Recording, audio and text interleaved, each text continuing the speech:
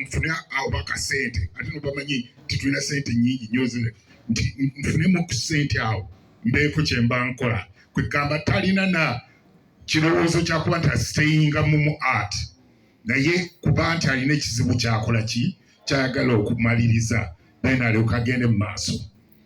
So those are the people betulina kati mu generation yaffe.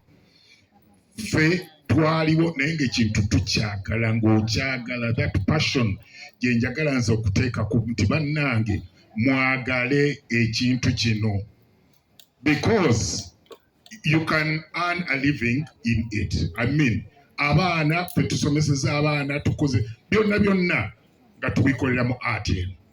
So n'olwekyo mwami Abe yakyogeddeko wano nti tuleme kukitwala ng'ekintu ekya bulijjo.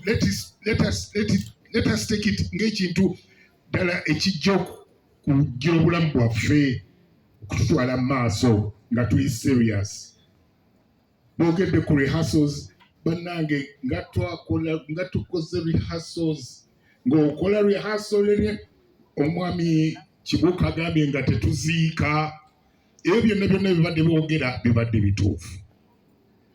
So n'olwekyo njagala mubiwulirize ate mubiteekinge serious.